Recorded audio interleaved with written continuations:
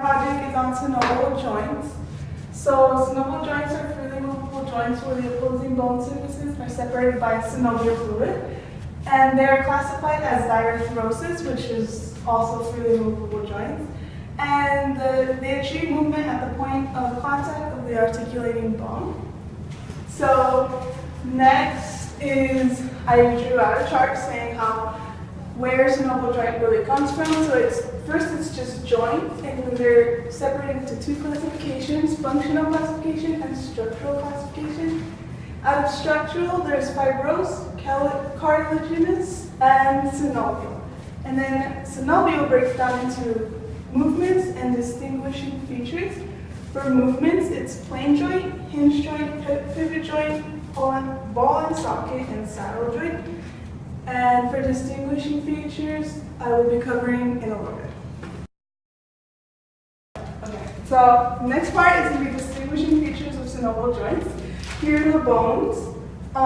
Here's the articular cartilage, which is connected to the synovial membrane. Here's the periosteum, which is on the outside of the articular cartilage and the synovial membrane. The joint capsule is connected to the periosteum. The inside, this whole area, is the joint cavity, which contains synovial. Okay, so origins and insertion is where the muscle begins and ends. Origin is attached to the less movable bone, and insertion is attached to the movable bone. Movement occurs when a muscle contracts across the joint and insertion moves towards the origin. If the muscle does not cross the joint, there will be no movement. We're going to be talking about the lever system in the human body. And levers consist of two forces, which is effort force, which is also known as applied force, and resistance force, which is also known as load force. And these forces are acting around a fulcrum, also known as a pivot. And the distance from the effort, applied force, from the applied force to the fulcrum is also known as the force arm, so this little part. And then the distance from the fulcrum to the load or resistance is called resistance arm, that little part. And at equilibrium,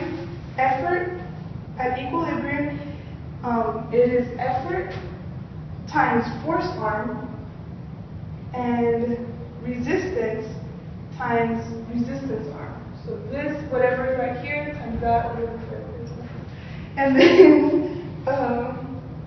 the mechanical advantage is determined by dividing the force arm, which is this part, by the resistance arm, which is that part. And those are the three classes of levers.